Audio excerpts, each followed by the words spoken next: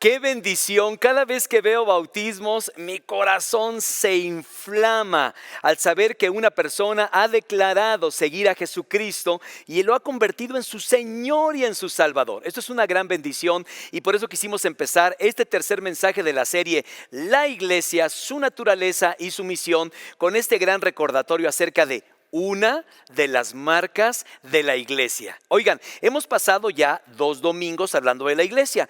En la primera sesión, en el primer mensaje, hablamos acerca de la naturaleza de la iglesia. Y acordamos y aprendimos juntos que somos el rebaño de Dios, que somos el cuerpo de Cristo y que somos la familia de Dios. Es decir, eso nos hace singulares como cuerpo, nos hace singulares como organismo, nos hace singulares como parte de la familia eterna de Dios.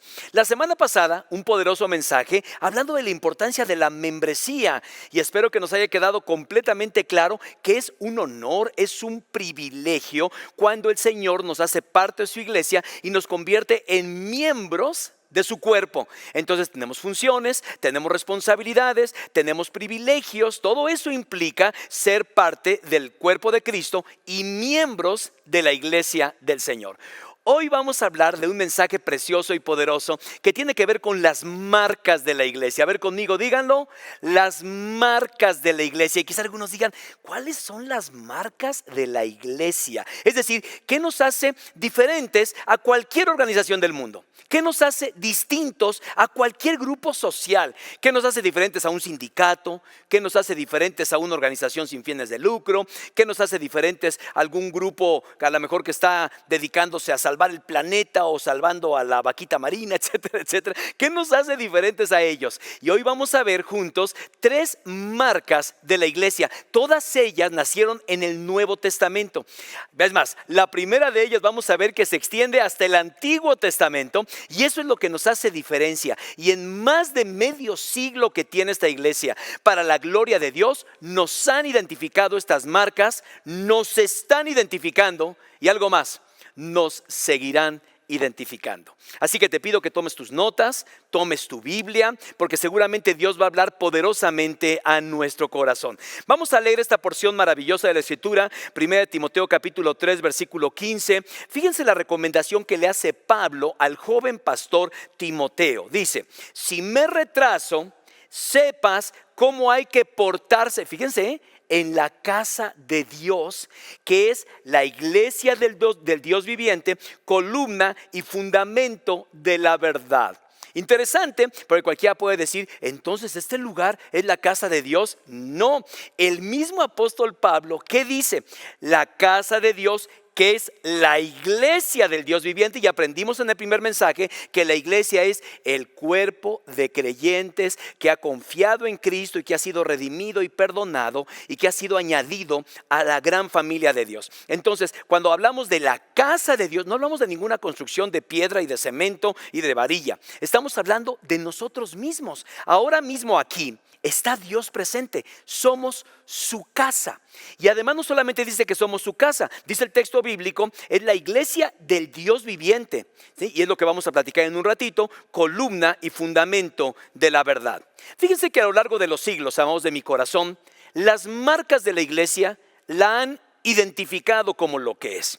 Por eso cuando tú vas a una iglesia que se dice ser cristiana, estas 3 marcas van a notarse absolutamente para que tú puedas decir, esta sí es una iglesia neotestamentaria. Estos son 3 elementos, no son las 3 opciones, las 3 sugerencias, son 3 marcas que el mismo Jesús dejó establecidas para su iglesia. De hecho, se puede organizar y presentar una eclesiología bíblica en gran medida bajo estas marcas, ya que mediante ellas se consigue la creación y la preservación de la iglesia. Por eso en 2000 años estas marcas han prevalecido. Ahora, déjenme decirles, hubo momentos terriblemente oscuros de la iglesia, donde de repente una de las marcas casi languidece, es más, casi desaparece. Pero lo que nos preocupa a nosotros ahora en la iglesia del siglo XXI es cómo vamos a preservar estas marcas para seguir siendo la expresión más fiel del cuerpo de Cristo en la tierra. La primera marca es la fuente de la verdad de Dios. es lo que le da vida a su pueblo. Y la segunda marca es el bonito vaso que contiene y refleja esta obra gloriosa de Dios en nuestra vida. Así que vamos a ver en esta preciosa mañana las tres marcas, las tres diferenciaciones, digamos así, que hace que una iglesia, esta sí es una iglesia cristiana. Y si no, pues es un club, ¿no? Nada más un club social, se reúnen ahí, están viendo cómo mejorar su entorno, están tratando de ser mejores personas, está bien, únete a los optimistas, qué diferencia hay con unirse a los optimistas, ¿verdad? O por ejemplo, con todos aquellos grupos como AA, como Al-Anon, que merecen todo mi respeto y cariño, pero ¿por qué son diferentes a la iglesia? Por lo que voy a compartir este domingo con ustedes. Así que pido que abran su mente y su corazón, y aquí han visto algunos elementos de los cuales voy a echar mano en un ratito más, para que entendamos cuál es el principio maravilloso que queremos compartir y lo que queremos dejar en su corazón. Tres poderosas marcas que han identificado, que siguen identificando y que van a identificar a la iglesia de Cristo a través de la historia. Número 1, primera marca, toma nota. La primera marca es la predicación, escucha bien esto, correcta de la palabra de Dios. La predicación correcta de la palabra de Dios. Y por eso pusimos aquí en esta nuestra plataforma la Biblia. Porque el cimiento de todo lo que somos y todo lo que creemos es lo que dice su palabra. Ahora déjenme decirles, nosotros creemos que la Biblia determinará lo que enseña la iglesia. Es decir, si la Biblia lo dice, lo vamos a practicar. Si no, puede ser un cuento, puede ser una fábula o puede ser Walt Disney, así de sencillo. Todo lo que vamos a compartir desde esta plataforma y que se ha compartido por más de medio siglo es la eterna y maravillosa palabra de Dios. Ahora, ojo con esto, porque con el paso del tiempo, la Iglesia Universal llegó a decir no, es la iglesia, escuchen esto, lo que determina lo que enseña la Biblia. Escuchen eso, la iglesia determina lo que enseña la Biblia. Por eso prohibieron la lectura de la Biblia, porque es la iglesia la que determina lo que enseña la Biblia. Pero nosotros, como el pueblo de Dios, hubo un cambio dramático, disruptivo. Le dimos el poder a la eterna, vivificante y transformadora palabra de Dios. Tú y yo hoy creemos que es la Biblia la que es nuestra máxima regla de autoridad en esta congregación. ¿Por qué? Porque es palabra vivificante, porque es palabra de Dios. Así que la predicación correcta de la palabra de Dios es la primer marca de la iglesia. Vamos a leer juntos 2 Timoteo 4:2, que por cierto el seminario donde me prepararon lo tiene como un versículo clave, ancla, ¿no? Y vean lo que dice la palabra. Predica la palabra. Predica la palabra. Por eso en todos estos años que hemos predicado, la palabra, no tu vida, no tu historia, no, la palabra. Persiste en hacerlo, sea o no sea oportuno. Corrige, reprende, anima con mucha paciencia, sin dejar de enseñar. Entonces la primera marca que una iglesia debe tener es que se predica la palabra de Dios. Si de repente se dice, aquí voy a hablarles de un sueño que tuve ayer, fíjense, y toda mi predicación está basada en el sueño, ustedes ya por favor ni regresen aquí, porque voy a estar predicando cosas de hombres y no la eterna palabra de Dios, que es la que realmente cambia el corazón. Ahora, el tema de la vida a través de la palabra está claro desde el Antiguo y el Nuevo Testamento. Voy muy rápido solamente para mencionar algunas cosas que la palabra de Dios produjo en el Antiguo Testamento. Quiero que observen, por favor. Por ejemplo, desde Génesis 1, Dios creó la vida con el poder de su palabra, ¿sí? Y dijo Dios. Vean el poder de la palabra del Señor.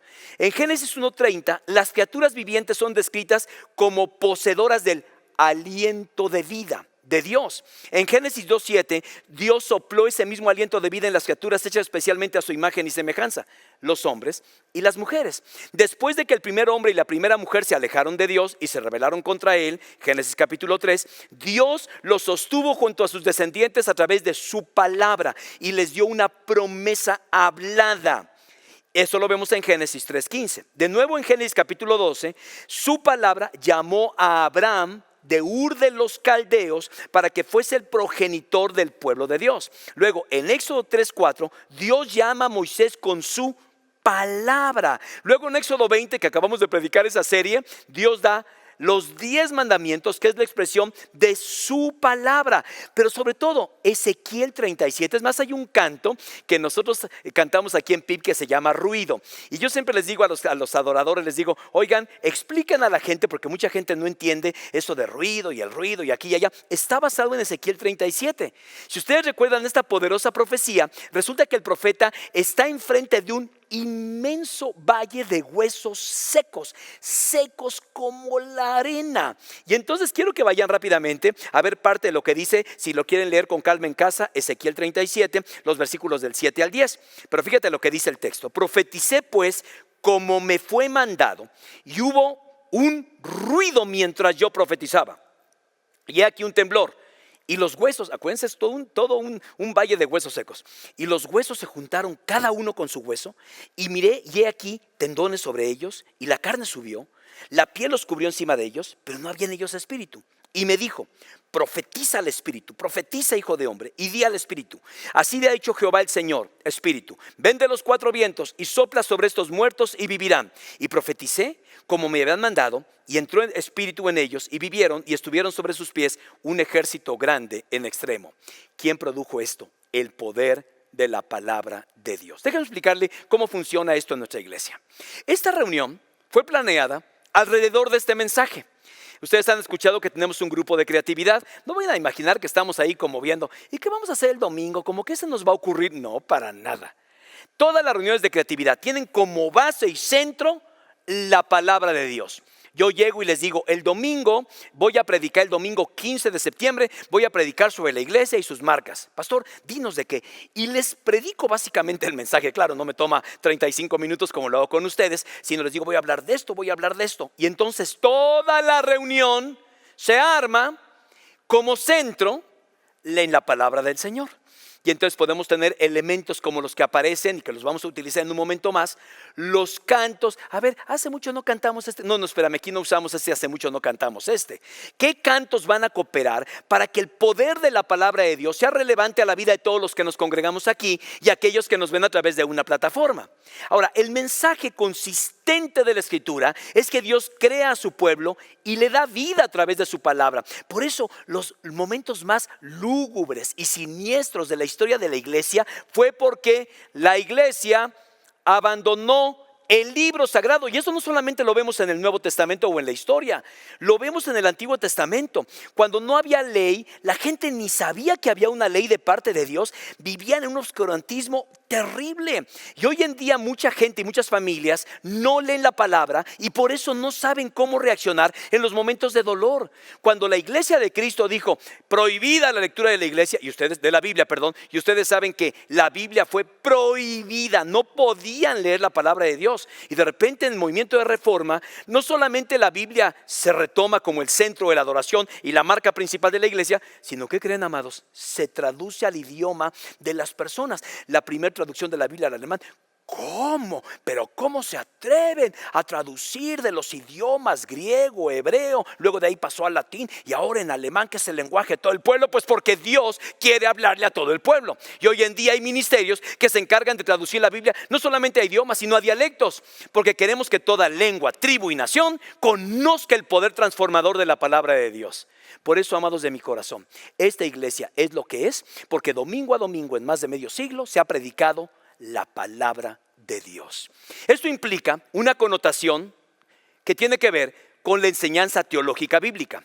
Todo mensaje poderoso y una predicación transformadora habla de quién es Dios. Por eso domingo a domingo yo me preocupo mucho por entender qué es lo que quiere Dios de nosotros y que ustedes puedan conocer más y más a Dios. De hecho, la predicación correcta de la palabra que creó la iglesia no es solo palabra de Dios, es también palabra acerca de Dios. No solamente es Dios hablando, sino es Dios hablando acerca de sí mismo. Por eso Dios le dijo en Deuteronomio capítulo 6 versículo 4: oye Israel, el Señor es nuestro Dios, el Señor es uno. Entonces no solamente es Dios hablando, sino Dios manifestándose quién es Él. Y la predicación que cambia vidas es la que nos enseña quién es Dios. Por eso puse en redes sociales la semana pasada, cuando tú dices, Dios ya se olvidó de mí. No, el que se olvidó quién es Dios fuiste tú. Porque cuando tú conoces a Dios, tú sabes perfecto que nunca se olvidará de ti. ¿Por qué? Porque hemos leído, hemos aprendido, hemos memorizado que Dios estará con nosotros siempre hasta el fin del mundo. ¿Captamos entonces ese punto? Quiero dejarlo en tu corazón para que esto te llene de gozo, te llene de perspectiva. ¿Quién es Dios? Según la Biblia, algunas de las cosas que hemos aprendido en este lugar es que Dios es nuestro creador. Es el Señor y sustentador de todas las cosas. Es el centro de toda la creación. Es el Dios de la Biblia. Es creador, santo, fiel, amoroso, soberano.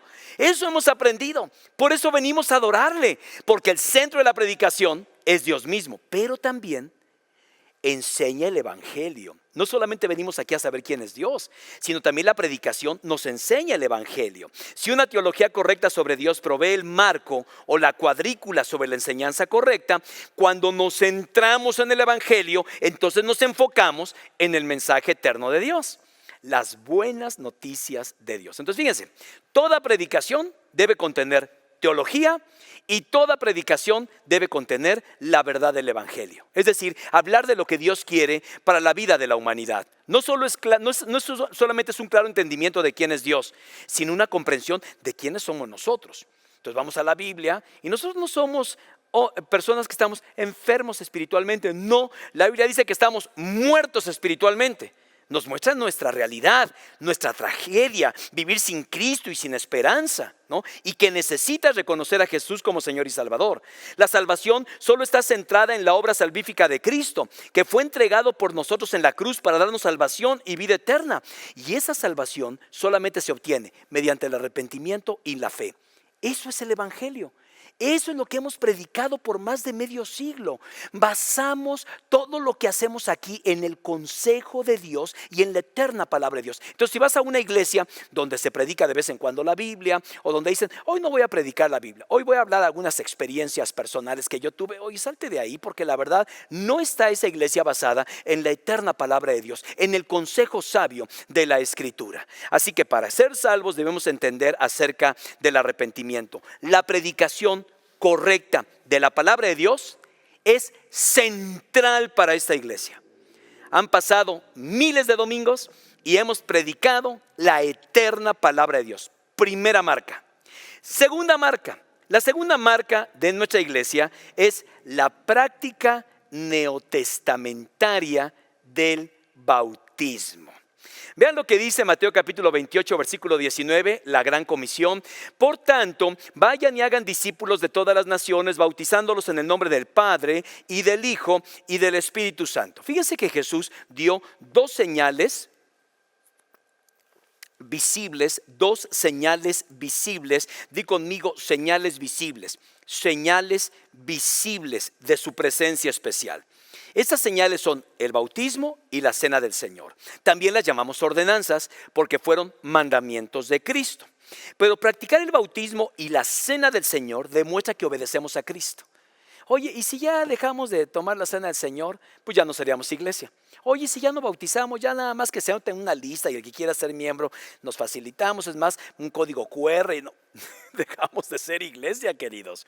La predicación audible del evangelio, que es la primera señal, lleva a la gente al arrepentimiento. El arrepentimiento y la fe la lleva al bautismo. Y cuando eres bautizado, entiendes bien entonces por qué practicamos la Santa Cena. ¿Pero en qué consiste? Fíjense, a la iglesia cristiana se le ordena practicar el bautismo a través de la inmersión en agua de una persona que profesa y da evidencias de conversión.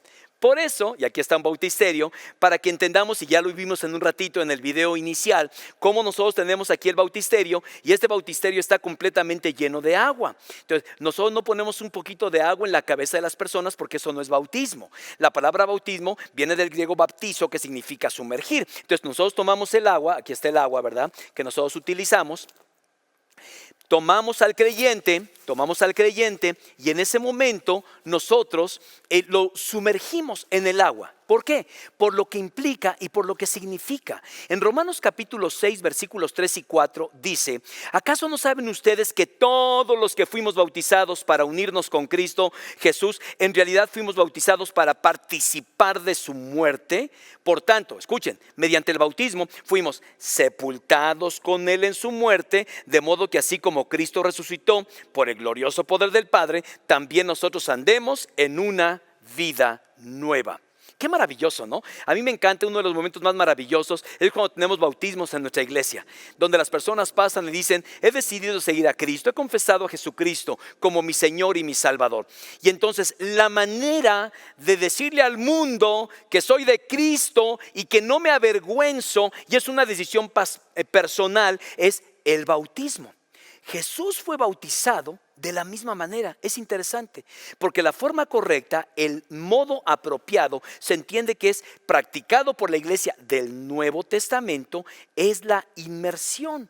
Interesante esto, porque aquí nos muestra perfectamente el significado del bautismo. Es decir, yo no puedo sepultar a una persona echándole un poco de tierra en la cabeza. Ya quedó sepultado. No, queda completamente cubierto.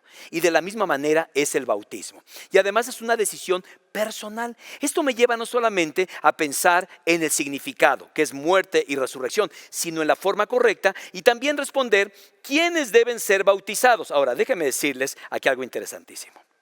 Jesús fue bautizado como adulto. Esto debe decirte mucho a ti. Jesús no fue bautizado cuando era bebé, fue presentado en el templo. Por eso nosotros a los bebés los presentamos en el templo y no los bautizamos. Y algunos dicen, ¿pero por qué no?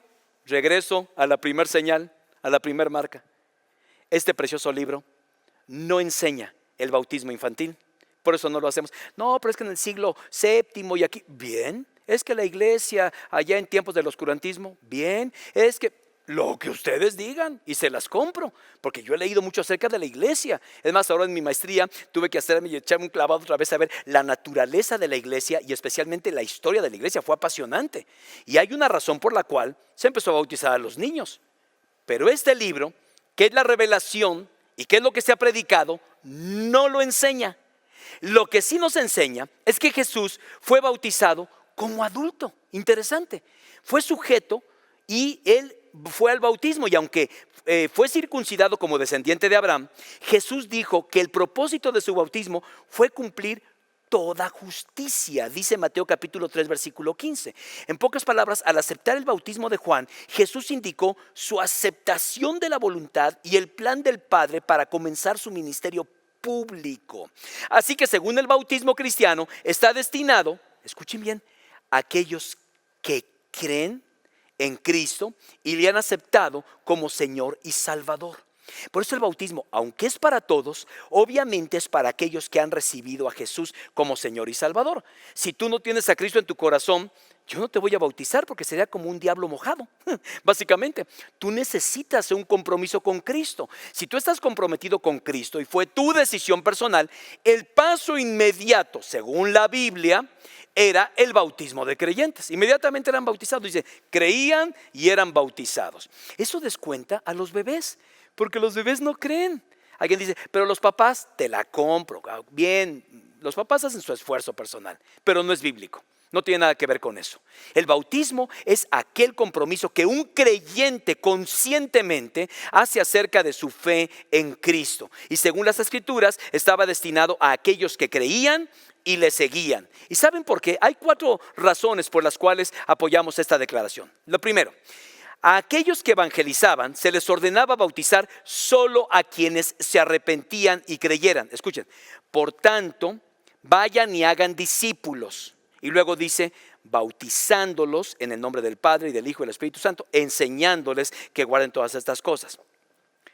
Por favor, vean el orden de lo que dijo Jesús. Hagan discípulos. Ya eres un seguidor de Cristo. ¿Qué es lo primero que tienes que hacer?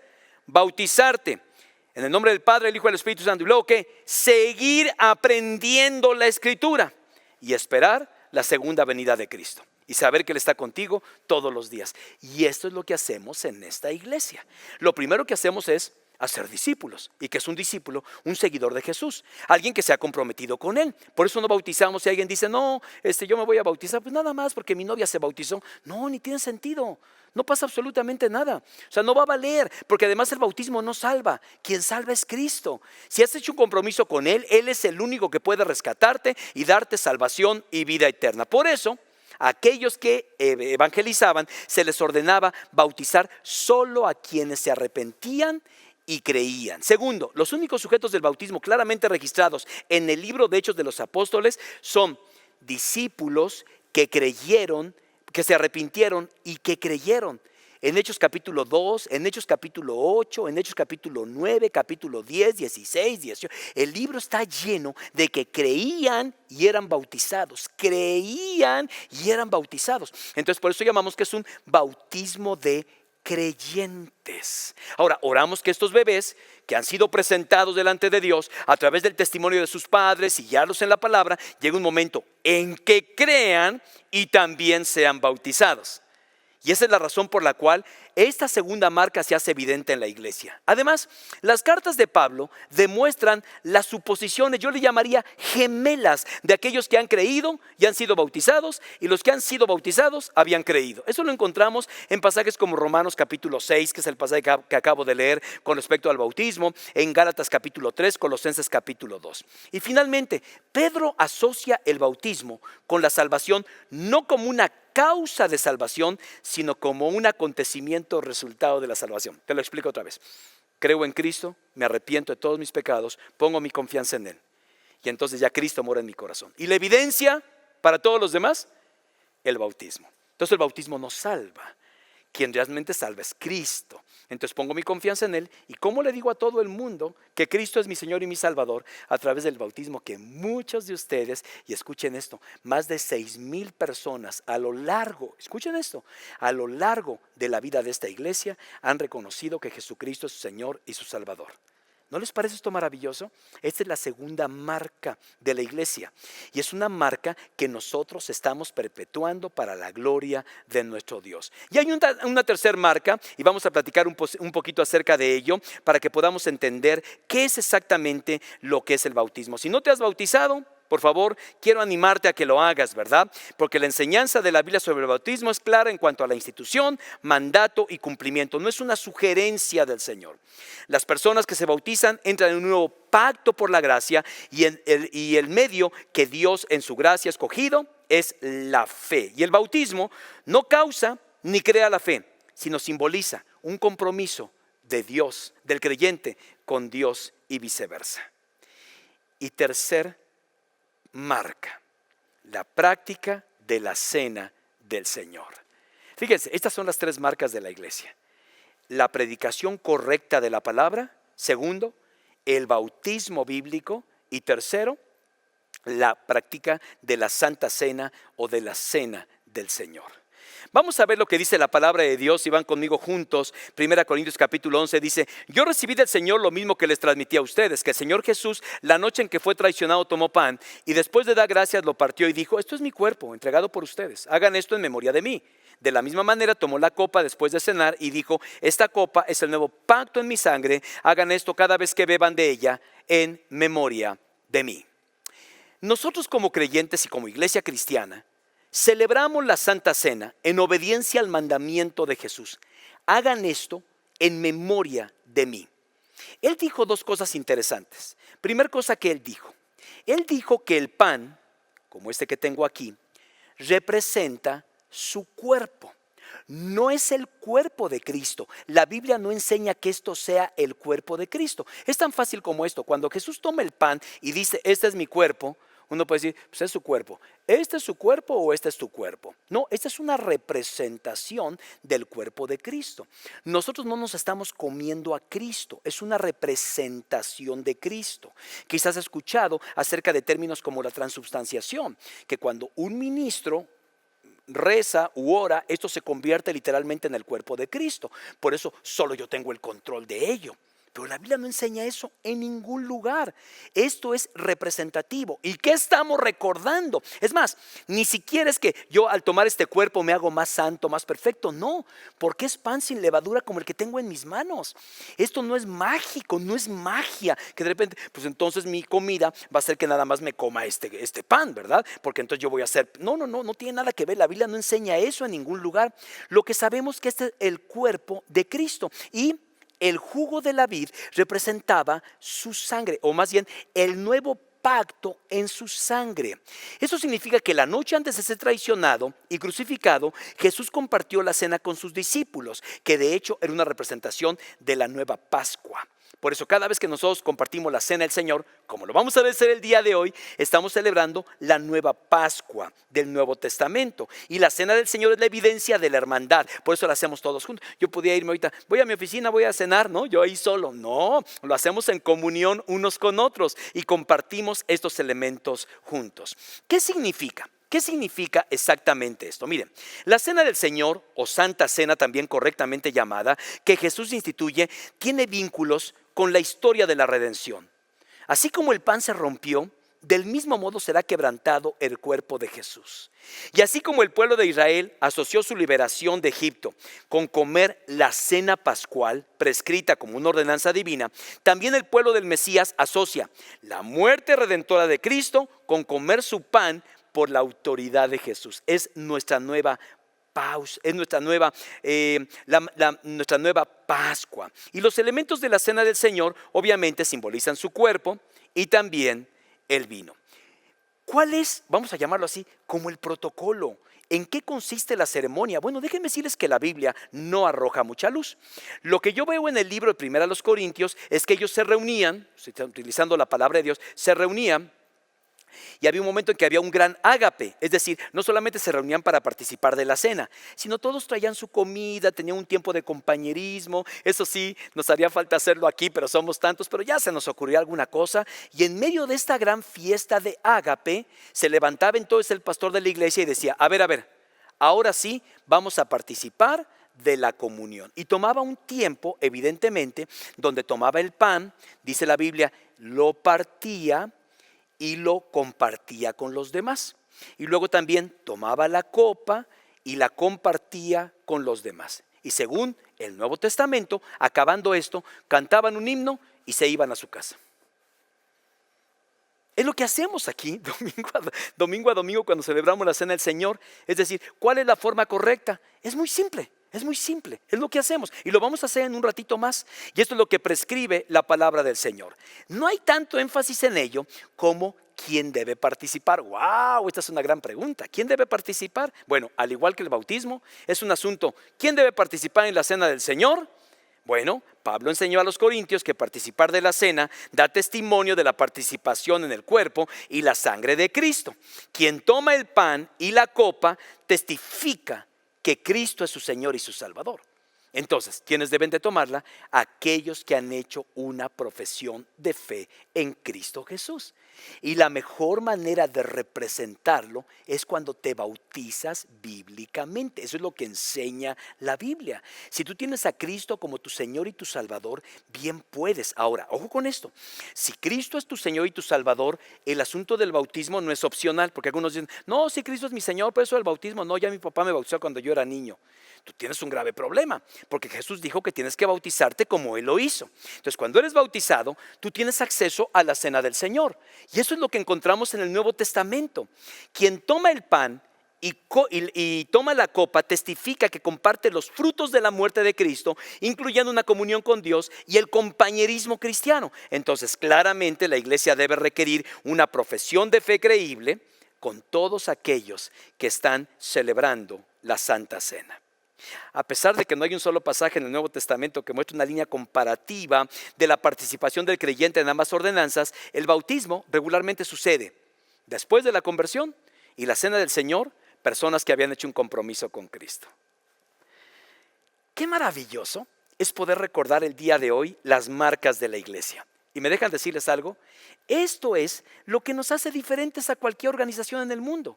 Una iglesia que se dice cristiana sostiene a lo largo de su existencia estas poderosas y maravillosas prácticas.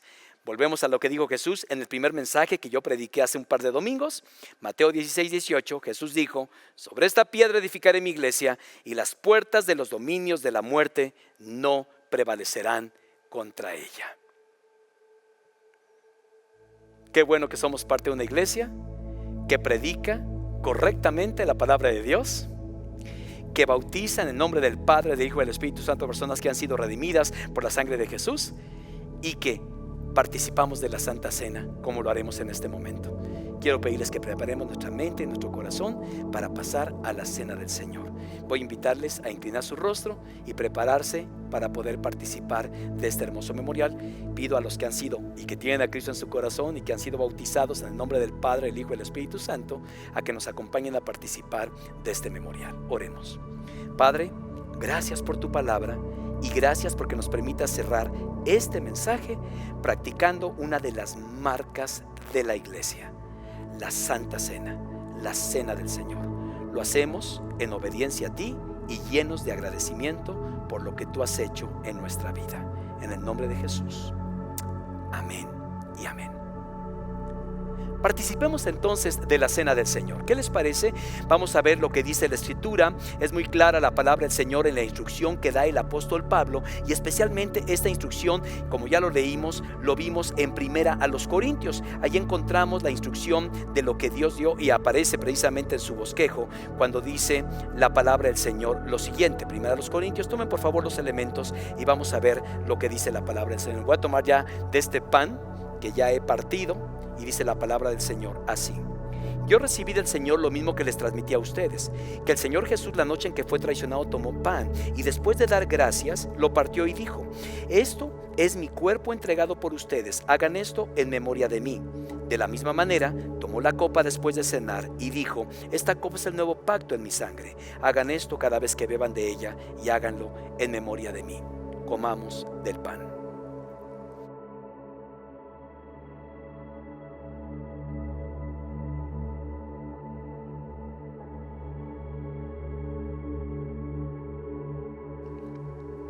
Gracias, bendito Señor, por la oportunidad y bendición que nos das de poder participar de esta marca preciosa de la iglesia, de eso que nos hace únicos, relacionados con cualquier otro grupo humano, social o religioso. Hoy estamos recordando la muerte de nuestro bendito Señor y Salvador, que entregó su vida y su cuerpo para ser maltratado en la cruz del Calvario para darnos salvación. Te alabamos y te bendecimos en Cristo el Señor. Amén. De la misma manera, tomó la copa después de cenar y dijo: esta copa es el nuevo pacto en mi sangre, hagan esto cada vez que beban de ella y háganlo en memoria de mí, dice el Señor.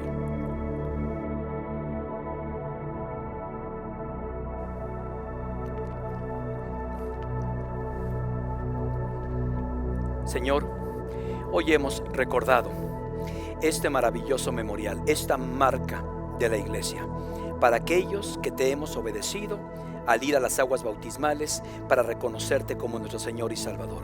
Y hoy dice tu palabra que hemos renovado este nuevo pacto, un pacto que descansa en tu gracia, no en nuestra efectividad, no en nuestro desempeño personal, sino en tu amor, el cual es fiel y eterno. Por eso te alabamos y te damos gracias por este maravilloso momento.